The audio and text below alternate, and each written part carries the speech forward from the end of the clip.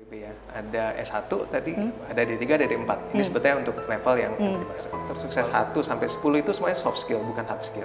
Jadi nomor 1 itu lebih ke integritas, kan ruang bagi mahasiswa kita untuk bisa berkreasi. Ruang itu cukup besar, 15% dari total kurikulum atau 20 SKS itu satu ruang yang flexibility yang sangat besar ya diberikan ke mahasiswa. Jadi kalau dampak itu kan berarti sudah dirasakan oleh masyarakat. Betul.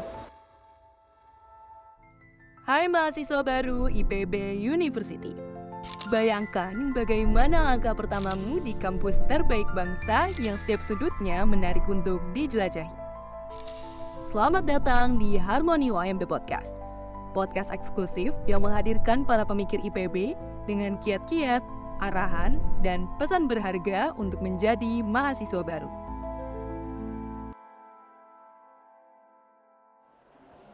Selamat datang di Harmoni OMB Podcast, sebuah podcast yang akan menambah pengetahuan mahasiswa baru terkait dengan lingkungan kampus IPB University dan merupakan salah satu rangkaian dari orientasi mahasiswa baru IPB University. Hari ini kita akan membahas perubahan dari siswa ke mahasiswa. Dan hari ini kita akan membahas tentang pendidikan dan kemahasiswaan bersama Wakil Rektor 1 Bidang Pendidikan dan Kemahasiswaan, Profesor Denny Noviana. Selamat pagi, Pak. Selamat pagi. Kira-kira bagaimana Pak kabarnya mungkin? Sehat, alhamdulillah baik. Baik, Pak. Nah, mungkin nih Pak ya, kita kan sekarang ini berbeda gitu pasti dari siswa menuju ke mahasiswa. Hari ini kita mungkin akan membahas terkait dengan konsep multistrata dan bagaimana sistem pendidikan serta kemahasiswaan di IPB University, seperti itu Pak. Nah, mungkin dimulai dengan pertanyaan nih Prof. Denny, bahwa bisa tolong menjelaskan terkait dengan konsep multistrata di IPB University dan apa yang membedakan dan menghubungkan antara S1, S2, dan S3 nih Pak di IPB University itu sendiri. Oke, baik.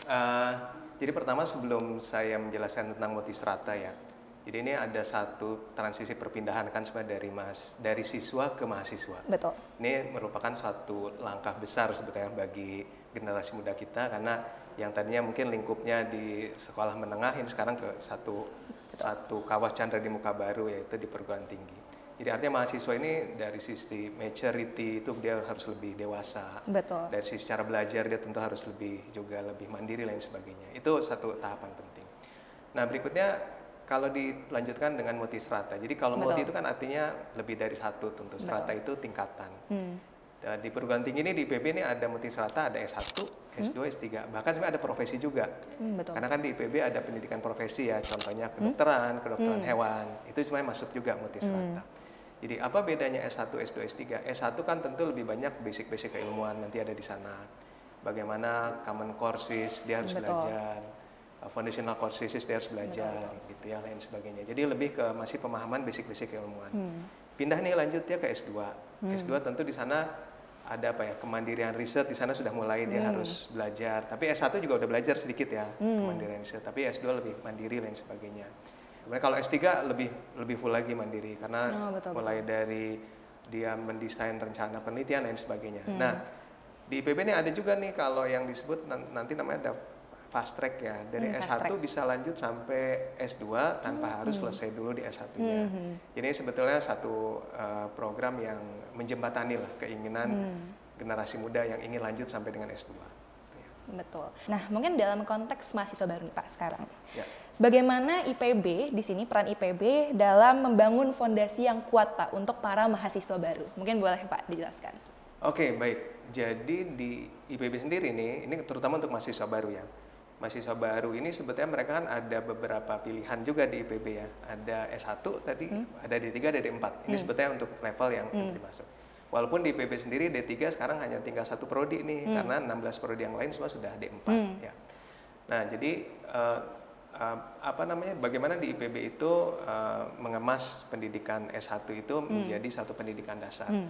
Khusus untuk pendidikan strata S1 di IPB itu ada tahap pendidikan yang namanya pendidikan kompetensi umum atau disebutnya PKU ya. Dan ini sebenarnya tidak banyak nih perguruan tinggi yang memang memfokuskan pendidikan kompetensi umum itu disatukan. Betul. Bahkan di IPB itu lintas fakultas, lintas prodi pada saat mereka di tingkat 1 ya, semester 1 dan 2. Jadi katakanlah kalau ada yang prodinya di komunikasi, mereka tetap bisa juga engage nih dengan yang prodi lain ya dari ekonomi manajemen. Ini sebetulnya salah satu tahapan, bukan hanya hard skill yang dibangun oleh IPB, tapi bagaimana soft skillnya juga.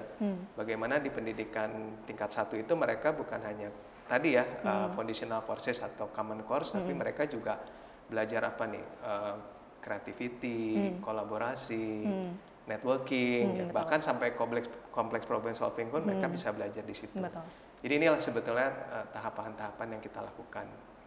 Baik Pak, berarti mungkin tadi juga membahas tentang S1, ada tingkat PKU, dengan kompetensi umum, yang dimana kita bisa berkenalan juga dengan lintas jurusan gitu Pak ya. Nah mungkin dari S1 juga ada D4 gitu Pak. Nah apakah untuk D4 ini, mungkin kan kalau PKU tadi hanya berfokus di S1 saja, apakah kalau misalnya di tingkat D4 ini ada PKU juga gitu Pak? Atau bagaimana kira-kira kalau misalnya pendidikan di D4 itu? Oke, jadi sedikit menjelaskan lagi, jadi sebetulnya PKU itu walaupun dia di semester 1-2, tapi dia sebenarnya tidak merupakan satu program yang terpisah sendiri. Sebenarnya dia kan satu rangkaian menuju ke apa sih yang ingin dicapai menjadi seorang sarjana itu. Itu tetap harus ada fondasinya ya. Jadi itu fondasinya tadi di pendidikan kompetensi. Tapi bukan artinya ya udah nanti belajar PKU 2 semester baru 6 semester belajar di itu, bukan seperti itu. Jadi melihatnya itu adalah sebagai satu kesatuan untuk TK1. Nah, untuk D4 sendiri, D4 itu tidak ada pendidikan kompetensi umum, dia langsung masuk ke dalam kurikulum yang dirancang untuk prodi-prodi tersebut. Dia menjadi satu kesatuan, langsung dia tidak ada bridging lah ya, bridging di semester 1 dan 2. Baik Pak, berarti memang ada perbedaan ya Pak berarti ya, kalau misalnya dengan dari yang tingkat sarjana dan juga ada sekolah vokasi begitu ya Pak. Mungkin saya izin mengulik lagi Pak di bagian program kemahasiswaannya gitu. Nah mungkin di sini apa saja gitu Pak dukungan yang diberikan dari kemahasiswaan bagi mahasiswa gitu Pak. Jadi agar mereka tidak mungkin hanya sukses akademik saja, tapi juga berkembang secara non akademik, berkembang secara sosial dan juga secara mentalnya. Kira-kira bagaimana Pak? Ini pertanyaannya sangat bagus nih ya Mbak. Jadi ini survei, ini bukan survei lagi tapi data membuktikan. Jadi dari sekian faktor sukses, bersekolah atau mengambil pendidikan di perguruan tinggi terkemuka lah, katakanlah seperti IPB itu faktor sukses kalau nggak salah yang ke-23. Jauh sekali tuh ya dari yang urutan 10 besar. IPK tinggi itu mungkin faktor sukses yang ke-13. Jadi sebenarnya kalau kita lihat faktor sukses 1 sampai 10 itu semuanya soft skill, bukan hard skill. Jadi nomor 1 itu lebih ke integritas. Nomor kedua tuh jujur, get along with the people. Itu jadi semuanya adalah soft skill ya. Jadi artinya yang diajarkan nanti di IPB bagaimana kita membentuk satu lulusan itu bukan kemampuan hard skillnya saja, tapi bagaimana soft skillnya itu. Artinya soft skill itu kan didapatkan bukan hanya di ruangan kelas, tapi lewat program pembinaan kemahasiswaan dan sebagainya. Nah jadi termasuk, jadi kan kita ingin melakukan potret bagaimana sih profil mahasiswa IPB. Jadi oleh karena itu tidak banyak juga nih perguruan tinggi yang melakukan talent mapping buat mahasiswanya. Mungkin Mbak Giva juga bisa tanya lah ke teman-temannya. Mungkin hanya satu-satunya lah ya, yang sampai dari 2018 sampai sekarang kita konsisten melakukan talent mapping. Dari talent mapping itu kan tergambar, oh Pak, saya ini ingin jadi pengusaha, saya ingin jadi profesional, saya ingin jadi dosen seperti saya misalnya gitu ya. Di situ pembinaan kemahasiswaannya sudah dibuat kanalisasi. Mereka yang ingin jadi profesional itu, ya udah nih tahun pertama dia akan ikut program apa itu sudah ada jalurnya. Nah, bahkan jalur-jalur ini tadi kalau dihubungkan dengan pertanyaan sebelumnya itu yang nanti dia bisa klaim jadi SKS. Betul. Jadi akhirnya kan nyambung antara kegiatan kemahasiswaan, hasil talent mappingnya dia dengan yang dia ikuti jalur tersebut. Jadi kira-kira itu satu rangkaian proses yang akan dilewati oleh mahasiswa di IPB. Nah, mengenai dengan perkembangan zaman, perkembangan perubahan, IPB ini kan luar biasa ya Pak, inovasinya selalu banyak seperti itu. Nah, kalau misalnya untuk mahasiswanya sendiri nih Pak, bagaimana IPB di sini mendorong mahasiswa untuk aktif beradaptasi dengan perubahan dan juga tantangan baru gitu Pak di dunia ini? Jadi ini memang luar biasa ya. Jadi kalau mungkin kita cerita dulu, kalau dulu yang namanya perubahan itu mungkin sifatnya 1 abad baru berubah gitu ya zaman. Terus 1 abad itu kan berarti 100 tahun ya. Kemudian geser jadi 50 tahun, 10 tahun. Kalau sekarang bahkan mungkin 1 tahun udah berubah. Betul sekali. Jadi oleh karena itu kenapa kurikulum kita juga sangat dinamis ya. Dan oleh karena itu tadi ada flexibility di dalam kurikulum kita sebutnya untuk memberikan ruang bagi mahasiswa kita untuk bisa berkreasi. Ruang itu cukup besar, 15% dari total kurikulum atau 20 SKS itu satu ruang yang flexibility yang sangat besar ya diberikan ke mahasiswa. Jadi itu artinya kita sudah memfasilitasi itu di dalam struktur, di dalam skema kurikulumnya kita. Nah berikutnya yang kedua, termasuk contoh AI ya. Ini kan sekarang luar biasa berkembang. Luar biasa. Tidak banyak juga perguruan tinggi mungkin yang mengantisipasi bagaimana sih penggunaan AI di dalam pendidikan kita gitu ya. Betul. Kalau di IPB saat ini kita sudah menyiapkan bagaimana panduan penggunaan AI. AI ini bukan harus kita hadapi bahwa itu akan ada ya. Gitu. Itu harus ada. Bahkan mungkin AI itu justru akan mempercepat proses pembelajaran. Itu satu teknologi yang bisa. Itu pun kita akomodasi di dalam proses pembelajaran kita. Bahkan ini bocoran, tapi karena saya bicara ini bukan bocoran lagi. Tahun ini IPB akan memfasilitasi semua ruangan kelas di PKU menjadi smart classroom. Wah, itu satu luar biasa ya. Itu satu gebrakan yang karena Pak Rektor kemarin berkunjung ke negara luar melihat bagaimana pemanfaatan AI itu di ruangan kelas. Jadi itu nanti semua mahasiswa PKU, berarti yang mahasiswa baru nih ya, yang akan masuk angkatan 62 menjadi pengguna pertama smart classroom di Institut Pertanian. Luar biasa sekali. Semua ruangan kelasnya akan smart classroom. Doakan aja semoga amin, bisa berjalan lancar. Mungkin pengen tahu juga gitu Pak, perubahan-perubahan yang terjadi di mahasiswa nih Pak. Bagaimana IPB di sini memfasilitasi gitu Pak, interaksi dan kolaborasi. Apalagi kolaborasi ini menjadi suatu kepentingan yang luar biasa gitu kan di antara mahasiswa. Ya. Nah, kira-kira bagaimana Pak dari IPB itu bisa memfasilitasi hal tersebut untuk pada akhirnya memperkaya pengalaman belajar gitu Pak? Ya. Baik, ini pertanyaan juga sangat bagus ya. Jadi contoh nih ya, bukan contoh lagi tapi ada real kenyataan bahwa IPB menjadi salah satu perguruan tinggi yang pengajuan proposal untuk program kreativitas mahasiswa atau PKM itu tertinggi di Indonesia. Ya. Luar biasa memang. Bahkan mungkin nomor 2 seluruh Indonesia. Itu artinya menunjukkan bahwa mahasiswa dari awal sudah didorong untuk mengajukan suatu bentuk pemikiran-pemikiran dalam bentuk proposal kegiatan ya yang sifatnya kreativitas. Namanya program kreativitas. Betul. Bisa riset, bisa menghasilkan produk, lain sebagainya. Itu adalah satu ekosistem yang sudah kita bangun. Bahkan untuk menghasilkan satu proposal itu kita udah by system. Pembinaannya bisa sampai 1 tahun agar menghasilkan nanti proposal yang baik.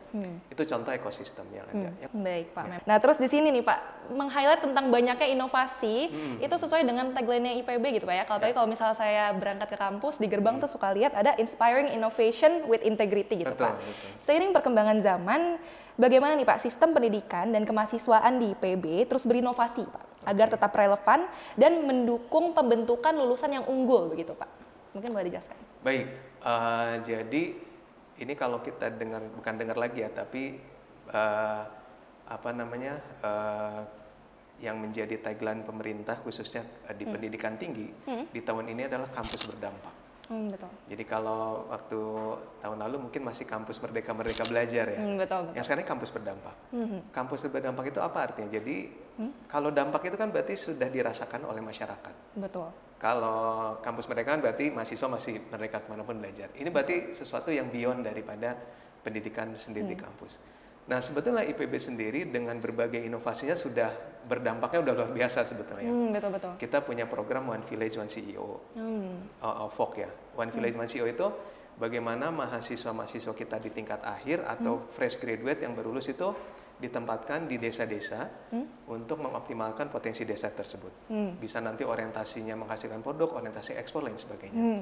Itu salah satu program inovasi IPB. Betul. Tentu mahasiswa, terus apa hubungannya Pak dengan mahasiswa yang lagi belajar? Tentu mereka bisa melakukan magang di sana, lain sebagainya. Betul. Yang pertama. Yang kedua, juga kampus berdampak nih. Bagaimana IPB punya yang namanya data-data desa presisi. Desa presisi ini luar biasa ya.